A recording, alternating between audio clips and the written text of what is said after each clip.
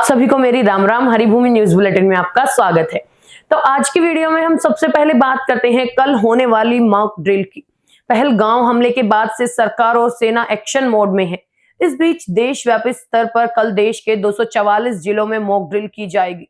इसका मकसद आम नागरिकों को आपातकाल, खासकर हवाई हमले या युद्ध जैसी संभावित स्थितियों में सतर्क रहना, सुरक्षा के उपाय अपनाना और आपसी सहयोग की ट्रेनिंग देना है। हरियाणा सरकार ने भी इस अभियान के लिए पूरी तैयारी कर ली है।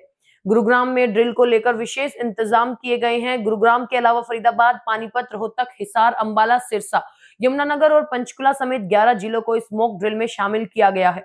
इन जिलों में सिविल डिफेंस, पुलिस, अग्निशमन विभाग, होमगार्ड और स्थानीय प्रशासन को अलर्ट कर दिया गया है। आज से ही इन जिलों में मॉक ड्रिल की तैयारियां शुरू हो गई हैं। आपको बता दें कि 1971 के भारत पाकिस्तान युद्ध के बाद पहली बार देश भर में इस स्तर पर मॉक ड्रिल आयोजित की जा रही है। गृह मंत्रालय की ओर से भी सभी राज्यों को इसके निर्देश जारी कर दिए गए हैं। देश भर के चयनित जिलों में एक साथ ब्लैकआउट किया जाएगा। मॉक ड्रिल के दौरान पूरे इलाके की बिजली काट दी जाएगी, जिससे रात के समय दुश्मन देश की हवाई निगरानी या हमले से बचाव किया जा सके।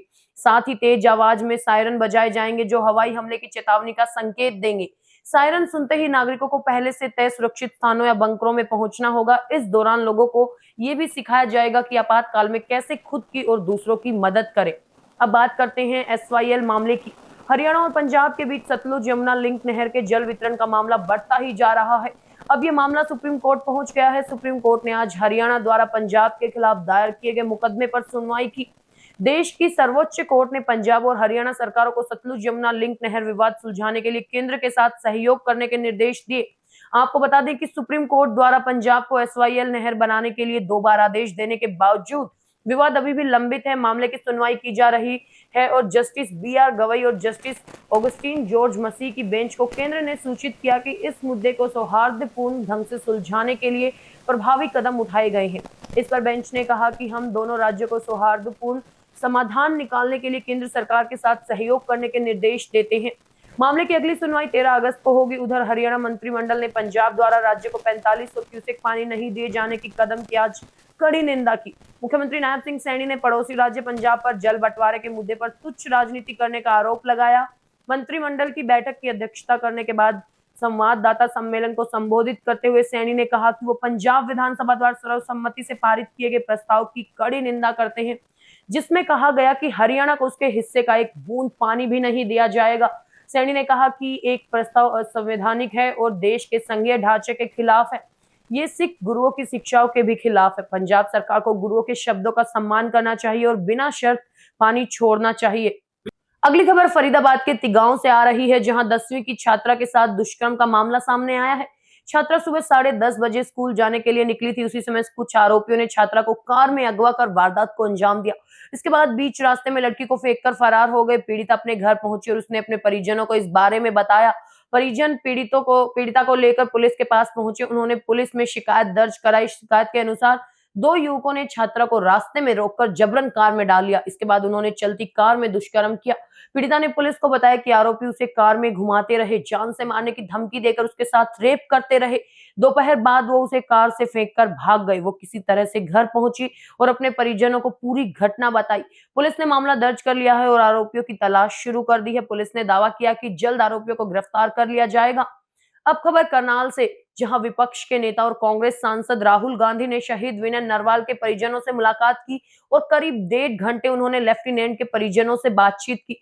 इसके बाद राहुल गांधी मीडिया से बिना बात किए रवाना हो गए। इससे पहले राहुल के दौरे को लेकर विनय नरवाल के घर के बाहर सुरक्षा के पुख्ता प्रबंध किए गए थे। सांसद दीपेंद्र सिंह हुड्डा और असंध के पूर्व विधायक शमशेर सिंह गोगी भी विनय नरवाल के घर पहुंचे थे। असंध के पूर्व विधायक शमशेर सिंह गोगी ने कहा कि जो लोग पहलगाम आतंकी हमले में मारे गए थे, उनके परिवार से राहुल गांधी मिल रहे हैं। शमशेर सिंह गोगी ने हिमांशी के पिछले दिनों दिए बयान का समर्थन किया। उन्होंने कहा कि मैं हिमांशी के साथ हूं। जो देश के गद्दार लोग उनको ट्रोल कर रहे हैं, उनकी मैं निंदा करता हूं। आपको बता दें कि हिमांशी नरवाल ने मुस्लिम और कश्मीरियों के खिलाफ नफरत भरे बयानों पर आपत्ति जताई थी। उन्होंने कहा था कि ये सही नहीं है। देश हित में की गई उनकी इस अपील के बाद से भाजपा समर्थक और अराजक तत्व उन्हें लगातार सोशल मीडिया पर ट्रोल कर रहे हैं। कल राष्ट्रीय महिला आयोग ने भी हिमांशी नरवाल का पक्ष में बयान जारी किया था। अगली खबर सोनीपत से आ रही है, जहां पुलिस ने गैंगस्टर दीपक हत्याकांड में शामिल मुख्य शूटर राहुल भूरी को गिरफ्तार कर लिया है। गैंगस्टर राहुल भूरी पुलिस के लिए सिर दर्द बन चुका था। राहुल ने 27 फरवरी को अपने साथियों के साथ मिलकर नेशनल हाईवे 44 पर स्थित बी ढाबे पर गैंगस्टर दीपक उर्फ भांजा की गोलियों से भूनकर हत्या कर दी थी। इस हत्याकांड का मुख्य सरगना गैंगस्टर राकेश उर्फ पंपू अभी भी पुलिस के लिए चुनौती बना हुआ है। पुलिस उसकी गिरफ्तारी के लिए लगातार छापेमारी कर रही है। अब खबर जमीनी विवाद की, जिसके चलते फरीदाबाद के बल्लभगढ़ में भतीजों ने अपने ताऊ को जिंदा जला दिया।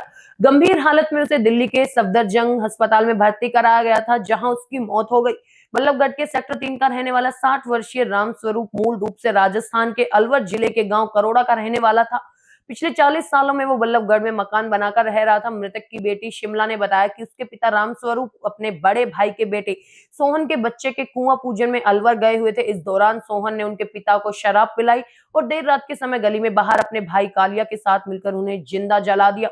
अंत में बात करते हैं कैथल की। हरियाणा पुलिस ने कैथल जेल के पूर्व अधीक्षक सोमनाथ जगत पर गंभीर आरोपों के चलते 50,000 रुपए का इनाम घोषित किया। आरोपी सोमनाथ जगत को पकड़ने के लिए आज स्टेट क्राइम ब्रांच ने सीवन थाना क्षेत्र में गांव पोलड़ के आरोपी के घर पर दबिश दी। डीएसपी सुरेंद्र के नेतृत्व में 4 गाड़ियों में करीब 2 दर्जन पुलिसकर्मियों ने घर की तलाशी ली, लेकिन आरोपी का कोई सुराग हाथ नहीं लगा।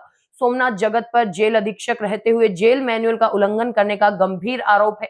उन्होंने हार्डकोर अपराधियों को रजिस्टर में एंट्री किए मुलाकात की अनुमति दी थी। इसके अलावा जेल अधीक्षक ने गैंगस्टरों को मोबाइल फोन के इस्तेमाल की छूट भी दी थी। इनमें से एक गैंगस्टर शमशेर सिंह उर्फ मोनू राणा है, जो जेल में बंद रहते हुए नकली शराब बनाने की साजिश में शामिल था। इस साजिश के चलते बनी जहरीली शराब से 20 निर्दोष लोगों की जान चली गई थी। आपको बता दें कि आरोपी सोमनाथ जगत ने पंजाब हरियाणा हाईकोर्ट में अग्रिम जमानत याचिका दाखिल की थी, लेकिन अदालत ने उसे खारिज कर दिया था। इसके बाद से ही आरोपी फरार चल रहा है। क्राइम ब्रांच की कार्रवाई के अतिरिक्त विजिलेंस विभाग भी जेल में हुए भ्रष्टाचार और गैंगस्टरों से सांठगांठ की गहन जांच कर रहा है। जेल अधीक्षक रह चुका सोमनाथ जगत पूर्व विधायक और संसदीय सचिव रह चुके ढिल्लू राम बाजीगर का बेटा है। हरियाणा की ऐसी ही मुख्य खबरों से जुड़े रहने के लिए हमारे चैनल पर बने रहिए। वीडियो अगर पसंद आया हो तो उसे लाइक करें, शेयर करें, सब्सक्राइब करें। खबर को अगर विस्तार से जानना है तो हरिभूमि अखबार पढ़ें या फिर हरिभूमि वेबसाइट पर जाएं।